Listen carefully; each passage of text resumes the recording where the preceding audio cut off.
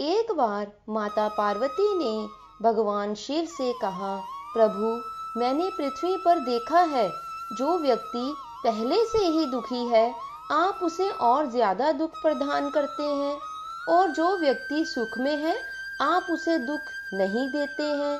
भगवान ने इस बात को समझाने के लिए माता पार्वती को धरती पर चलने के लिए कहा और दोनों ने ईशानी रूप से पति पत्नी का रूप ले लिया और एक ग्राम के पास डेरा जमाया।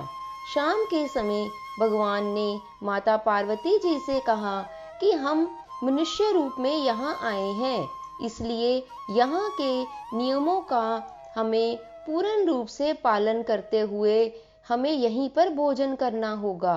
मैं भोजन सामग्री की व्यवस्था करता हूँ, तब तक तुम चूल्हे की व्यवस्था करो। भगवान के जाते ही माता पार्वती चूल्हा बनाने के लिए ईंट लेने गई।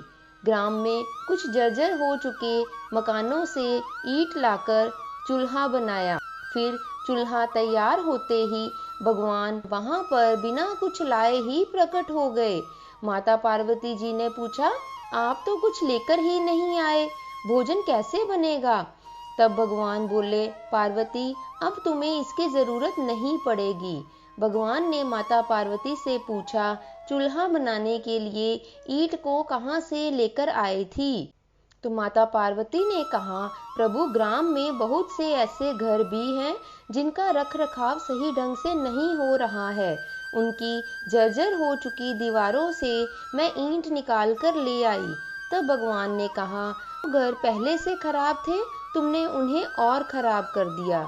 तुम ईंट उन सही घरों की दीवारों से भी तो ला सकती थी। माता जी बोली, प्रभु, उन घरों में रहने वाले लोगों ने उनका रख रखाव बहुत सही तरीके से किया है।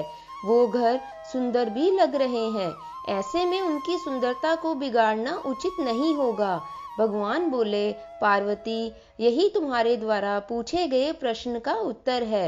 इन लोगों ने अपने घर का रख रखाव अच्छी तरह से किया है, यानी सही कर्मों से अपना जीवन सुंदर बनाने का प्रयत्न किया है। उन लोगों को दुख कैसे हो सकता है? यदि मनुष्य जीवन में सुखी है तो वो अपने कर्मों के द्वारा सुखी है, और यदि वो अपने कर्मों के द्वारा दुखी है तो वो उसे दुख भोगना ही पड़ेगा।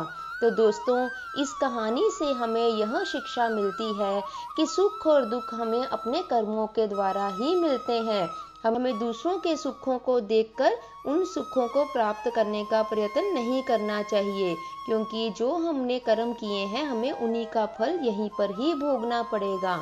इसलिए हर एक मनुष्य को अपने जीवन में ऐसे कर्म करना चाहिए जिससे इतनी मजबूत व खूबसूरत इमारत खड़ी हो कि वो कभी भी कोई उसकी एक ईंट निकाल ही ना पाए। दोस्तों, कहानी अच्छी लगी है तो लाइक और शेयर करें और कमेंट जरूर कीजिए। Thanks for watching.